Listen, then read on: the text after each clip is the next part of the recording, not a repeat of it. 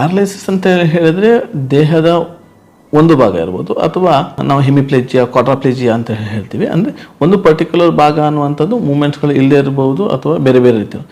Major factor ಏನಂತೇಳಿ ಹೇಳಿದರೆ ಮಿದುಳಿನಲ್ಲಿ ರಕ್ತ ಹೆಪ್ಪುಗಟ್ಟೋದ್ರಿಂದ ಆಗುತ್ತೆ ಅಥವಾ ಬ್ರೈನ್ ಹ್ಯಾಮರೇಜ್ ಅಂತ ಏನು ಕರಿತೀವಲ್ಲ, ರಕ್ತನಾಳಗಳು ಒಡೆಯೋದ್ರ ಮುಖೇನ ಆ ಒಂದು ಪರ್ಟಿಕ್ಯುಲರ್ ಬ್ರೈನ್ನ ಪಾರ್ಟ್ ಅನ್ನುವಂಥದ್ದು ನಿಷ್ಕ್ರಿಯಗೊಳ್ತದೆ, ಅದು ಡೆಡ್ ಆಗಿರ್ತದೆ.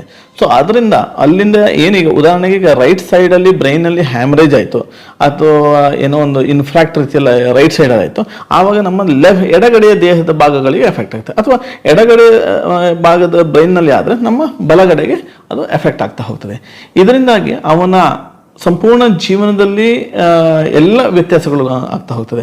ಅವನ ಮಾತಿನಲ್ಲಿ ವ್ಯತ್ಯಾಸ ಇರ್ಬೋದು, ನಡವಳಿಕೆಯಲ್ಲಿ ಇರ್ಬೋದು, ನಡೆಯೋದಕ್ಕೆ ಆಗೋದಿಲ್ಲ ಅಥವಾ ಕೈಯಲ್ಲಿ ಬಲಗಳು ಕಡಿಮೆ ಆಗೋದು, ಈ ರೀತಿಯಲ್ಲಿ ಹಲವಾರು ಬದಲಾವಣೆಗಳಾಗುತ್ತೆ.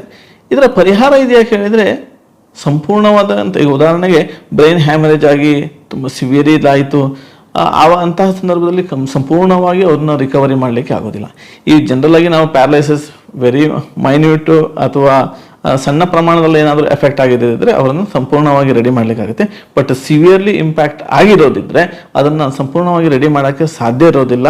ಅದರಲ್ಲಿ ಅದಕ್ಕೆ ಆದಂತಹ ಒಂದು ತನ್ನದೇ ಆದಂತಹ ಒಂದು ರಿಸ್ಟ್ರಿಕ್ಷನ್ಸ್ಗಳು ಇದ್ದೇ ಇರ್ತದೆ. ಬಟ್ ಅವನನ್ನು ಅಲ್ಟಿಮೇಟ್ ಗೋಲ್ ಏನಾಗಿರ್ತದೆ ಅಂತ ಹೇಳಿದ್ರೆ ಅವನು ತನ್ನ ಕರ್ತವ್ಯಗಳನ್ನ, ತನ್ನ ಕೆಲಸಗಳನ್ನ ತಾನೇ ಮಾಡಿಕೊಳ್ಳುವಂತಹ ಒಂದು ಇದಕ್ಕೆ ಅವನನ್ನು ರೆಡಿ ಮಾಡುವಂಥದ್ದು ಅಲ್ಟಿಮೇಟ್ ಗೋಲ್ ಆಗಿರ್ತದೆ. ನಮ್ಮಲ್ಲಿ ಪ್ಯಾರಲೈಸಿಸ್ಗೆ ರಿಹ್ಯಾಬಿಲಿಟೇಷನ್ ಚಿಕಿತ್ಸೆಗಳು ಇದೆಲ್ಲ ಇದೆ, ಬೇರೆ ಬೇರೆ ಚಿಕಿತ್ಸೆಗಳಿದೆ. ಈಗ ಅಭ್ಯಂಜನ ಇರ್ಬೋದು, ಅಗ್ನಿಲೇಪದಂತಹ ಚಿಕಿತ್ಸೆ ಇರ್ಬೋದು, ನಸ್ಯ ಇರ್ಬೋದು, ಬಸ್ತಿ ಚಿಕಿತ್ಸೆ, ಇದೆಲ್ಲ ಆಯುರ್ವೇದದ ಚಿಕಿತ್ಸೆಗಳು. ಸೊ ಈ ಎಲ್ಲ ಚಿಕಿತ್ಸೆಗಳು ಲಭ್ಯವಿದೆ, ಭಾಳಷ್ಟು ಪರಿಣಾಮಕಾರಿ ಸಹ ಆಗಿರ್ತದೆ ಈ ಚಿಕಿತ್ಸೆಗಳು.